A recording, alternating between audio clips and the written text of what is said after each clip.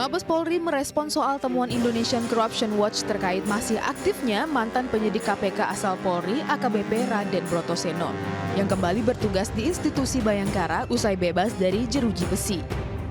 Polri menyebut sampai sejauh ini belum ada keputusan terkait hasil pemecatan terhadap Raden Brotoseno. Polri juga menegaskan tidak semua anggota yang pernah dihukum penjara lantas dipecat. Karena pemecatan adalah wewenang dari hasil sidang kode etik terhadap anggota yang bermasalah. Mencuatnya kabar Brotoseno bertugas di Polri diungkap setelah ICW mengirimkan surat ke asisten SDM Polri Irjen Wahyu Widada. Brotoseno ialah mantan penyidik KPK pada 2016. Brotoseno yang berpangkat AKBP itu terlibat kasus suap. Ia bebas bersyarat pada 2020 dan kini dikabarkan kembali menjadi penyidik di Bareskrim Polri. Komisi 3 DPR memastikan akan bertanya kepada Kapolri Jenderal Listio Sigit Prabowo terkait polemik Raden Brotoseno. Kenapa sampai bisa polisi ex-napi korupsi masih aktif di tubuh Polri? Ketua Komisi 3 DPR Bambang Wuryanto menyatakan bahwa pihaknya sedang mempersiapkan sejumlah pertanyaan kepada orang nomor 1 di Polri itu. Sebelumnya, Wakil Ketua Komisi 3 DPR Desmond Junaidi Mahesa mengkritik alasan Polri yang tetap mempertahankan Raden Brotoseno di tubuh kepolisian dengan alasan berprestasi dan berkelakuan baik.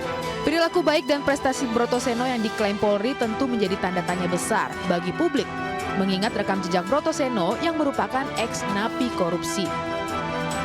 Kasus suap yang menimpa Brotoseno terjadi pada 2016. Saat itu ia masih bertugas sebagai penyidik di Subdit 3 Direktorat Tindak Pidana Korupsi Bareskrim Polri. Brotoseno bersama anak buahnya Dedi Setiawan Yunus menerima uang suap 1,9 miliar rupiah dari pengacara tersangka di kasus yang saat itu ditanganinya. Ia saat itu ditahan di Rutan Polda Metro Jaya. Sidang terhadap Brotoseno digelar pada 1 Februari 2017. Ia bersama Dedi didakwa menerima suap 1,9 miliar rupiah dari total komitmen fee sebesar 3 miliar dari Haris Arthur Hedar dan Lexi Mailowa Budiman. Dalam sidang tuntutan, JPU menuntut Brotoseno 7 tahun penjara. Sementara dalam sidang vonis, Majelis Hakim Pengadilan Tipikor menjatuhkan hukuman 5 tahun penjara kepada Brotoseno. Ia juga diwajibkan membayar denda 300 juta rupiah, subsidi 3 bulan kurungan penjara. Selain kasus korupsi, sosok Brotoseno ini sempat ramai diperbincangkan lantaran dikabarkan hubungannya dengan sejumlah nama. Sampai pada akhirnya Brotoseno yang ketika itu menjabat sebagai penyidik KPK dikembalikan oleh Ketua KPK ke Mabes Polri.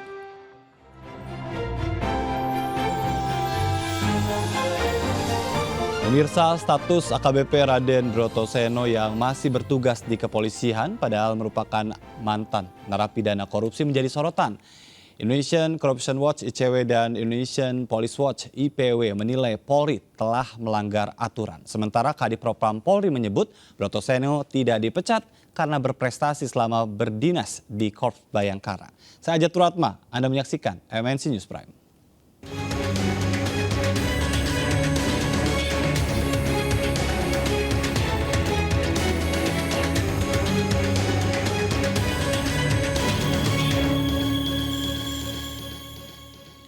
Nama AKBP Brotoseno kembali menjadi perbincangan. Ia tidak dipecat dari jabatannya padahal pernah terjerat kasus korupsi.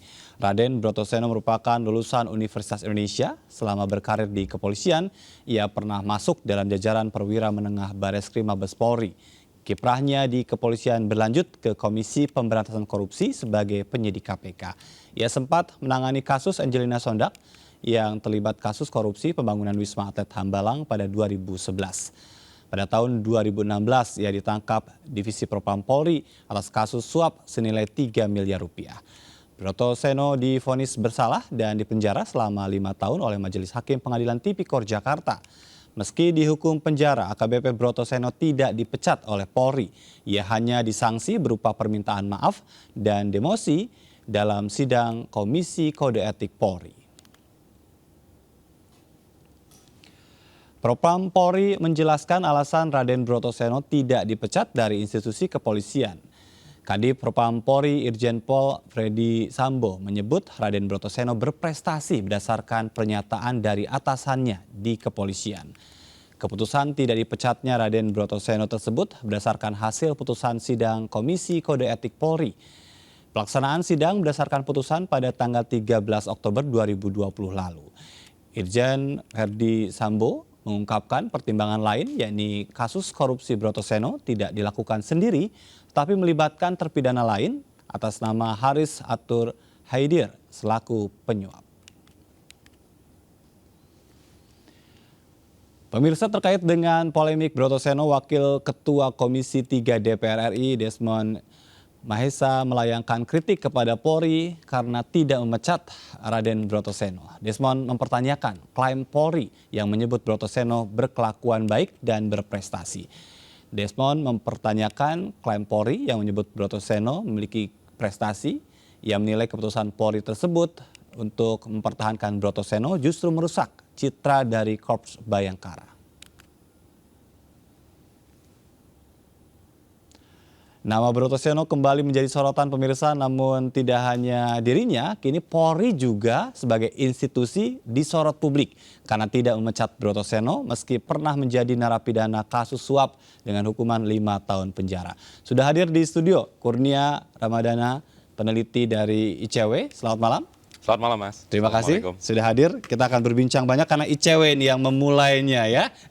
Dan juga sudah hadir bersama kami melalui sambungan Zoom ada Pak Abdul Fikar Hajar, pakar hukum pidana. Selamat malam, Pak Abdul. Selamat malam, Mas. Selamat malam, Kurnia. Selamat malam, Baik, Pak Fikar. saya ingin langsung ke Mas Kurnia terlebih dahulu. Ini kabarnya surat dari ICW untuk Polri ini sudah lama dilayangkan. Sebetulnya seperti apa dan kapan ICW mengendus bahwa Brotoseno kembali ke institusi Polri? Ya, pada tahun 2021 kami mendapatkan informasi saudara Brotoseno mengenakan atribut kepolisian. Tentu kami bertanya dan coba mengecek bagaimana sebenarnya putusan terhadap Brotoseno beberapa tahun yang lalu. Ternyata Brotoseno terbukti secara sah dan meyakinkan. Putusannya ingkrah, Brotoseno tidak mengajukan banding dan divonis 5 tahun sebagaimana Viti tadi kita lihat. Dan ketika kami cek aturan di internal kepolisian, ada peraturan pemerintah nomor 1 tahun 2003 menegaskan bahwa anggota kepolisian yang melakukan tindak pidana dan sudah berkekuatan hukum tetap harus diberhentikan meskipun ada syarat kedua terkait dengan persidangan etik di kepolisian. Ya. Kami berasumsi kalau sudah divonis berkekuatan hukum tetap, terlebih tindak pidananya adalah tindak pidana korupsi, pastilah sidang kode etik memberhentikan yang bersangkutan. Karena kami lihat pada tindak pidana lain, narkotika, pencurian, dan lain sebagainya, cepat betul kepolisian untuk memberhentikan anggotanya. Tapi kok kita lihat ternyata yang bersangkutan masih berdinas, bahkan menduduki posisi sebagai penyidik di Bareskrim Polri. Maka dari itu kami coba surati Asisten SDM Polri, Irjen Wahyu Widada, pada bulan Januari. Namun selang waktu berjalan, 5 bulan kami surati tidak kunjung berbalas, sehingga kami sampaikan kepada publik dugaan tersebut. Dan pada akhirnya dugaan ICW itu terkonfirmasi.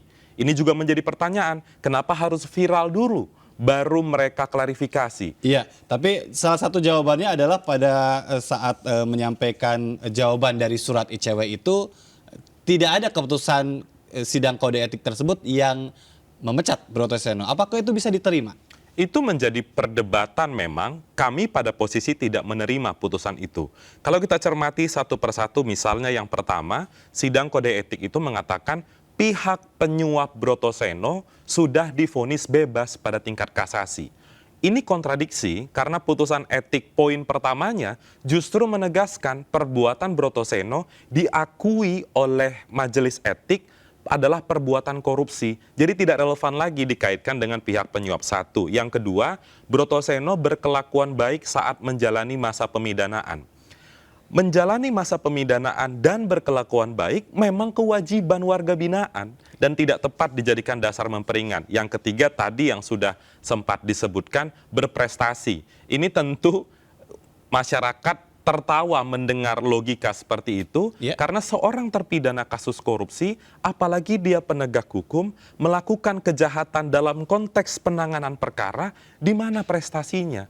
Maka dari itu wajar jika kemudian semua pihak berang dengan konteks hari ini. Karena selama ini kan Polri selalu menggadang-gadang berpihak pada isu pemberantasan korupsi. Baik, tapi bagaimana dengan putusan kasasi dari Haris yang itu juga menjadi pertimbangan bahwa Haris kan dibebas dalam kasus ini? Kalau sidang etik tidak menyatakan Brotoseno bersalah dengan dasar pihak penyuap sudah divonis bebas, clear persoalannya. Lah ini sidang kode etiknya menyatakan dia bersalah. Logikanya kalau Haris itu dia divonis tahun 2018 divonis bebas, Ya. Brotoseno kan pasti mengajukan peninjauan kembali. Ya. Lah ini tidak mengajukan peninjauan kembali. Tapi bukan itu poinnya, yang jelas sidang etik mengatakan Brotoseno melakukan perbuatan korupsi saat menduduki posisi sebagai kepala unit subdit Tipikor Baris Krim Polri. Baik, Itu yang dan menjadi. artinya ini sebetulnya sudah lama ya yang bersangkutan kembali ke institusi Bayangkara ini. Betul. Baik, saya ingin ke Pak Abdul Fikar. Pak Abdul Fikar, ini dari sisi pidana Anda sendiri melihat bagaimana sebetulnya polemik ini?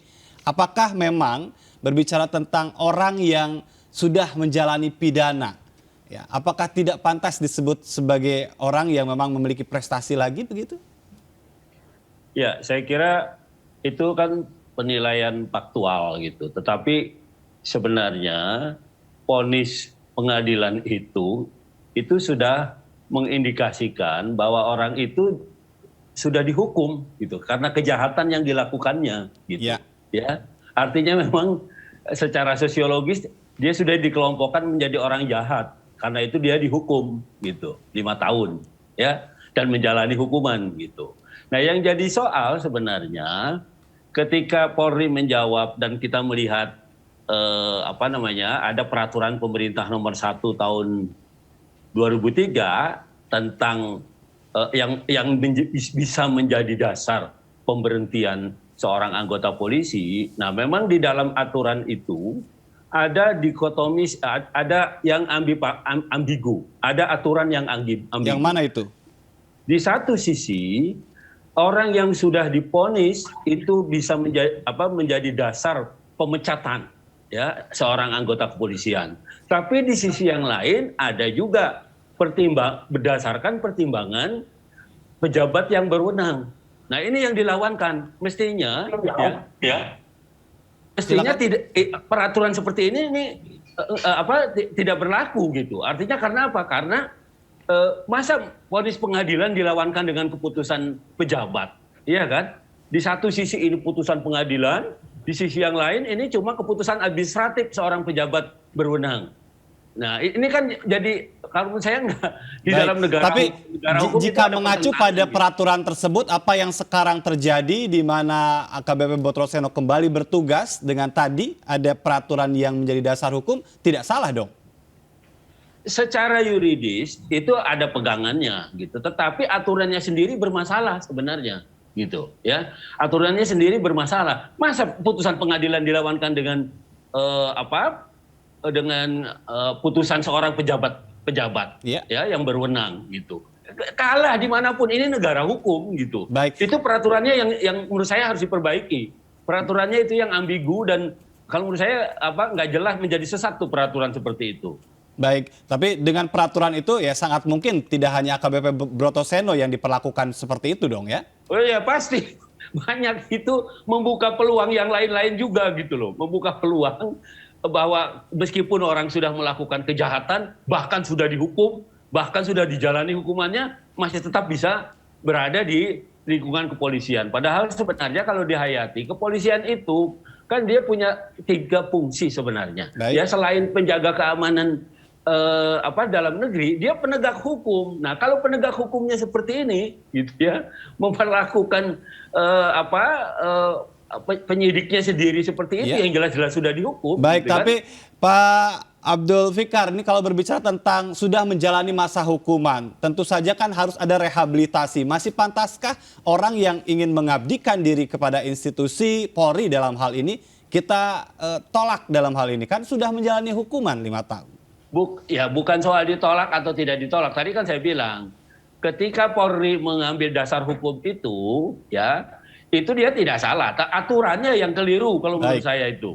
Ya, aturannya itu yang keliru. Gitu. Masa putusan pengadilan dilawankan dengan kebijakan seorang pejabat? Baik. tidak klop gitu loh. Baik, Nah, nanti saya karena juga itu ingin saya minta bilang, tambahan pandangan dari ICW dan juga narasumber lain di segmen berikutnya. Kita jeda terlebih dahulu. Pemirsa jangan kemana-mana, tetap bersama kami di MNC News Prime.